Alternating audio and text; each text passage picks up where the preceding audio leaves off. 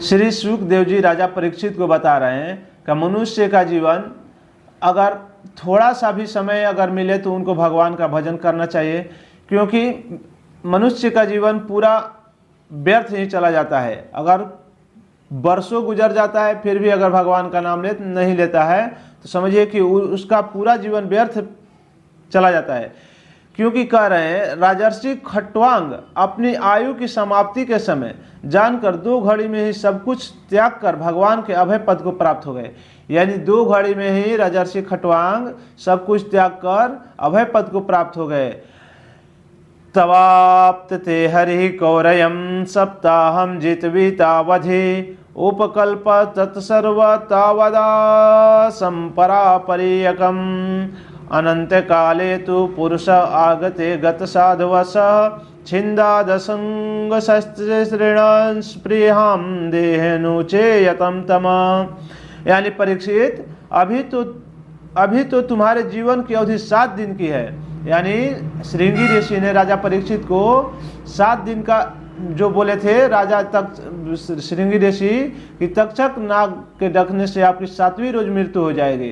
तो इसलिए कह रहे हैं श्री सुखदेव जी राजा परीक्षित को मनुष्य के सफल उनके जीवन कल्याण करने के लिए 2 घड़ी ही काफ़ी है। आपके पास तो 7 दिन का समय है। इस बीच में ही तुम अपने परम कल्याण के लिए जो कुछ करना चाहिए सब कर लो। इसलिए जो परम कल्याण के लिए चाहिए तुम सब कुछ कर लो।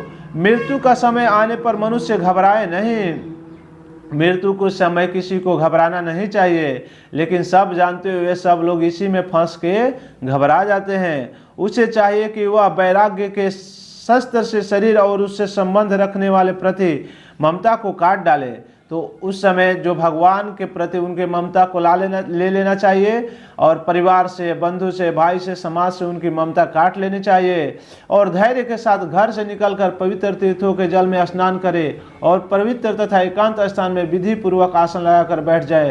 तत्पश्चात पवित्र अ उ म इन 3 मात्राओं से युक्त प्रणव का मन ही जप करे। यानी इन 3 मंत्रों का मृत्यु के समय अगर जप कर लेता है तो प्राण वायु की वश में करके मन का दमन करके और एक क्षण के लिए भी प्रणव को न भूले।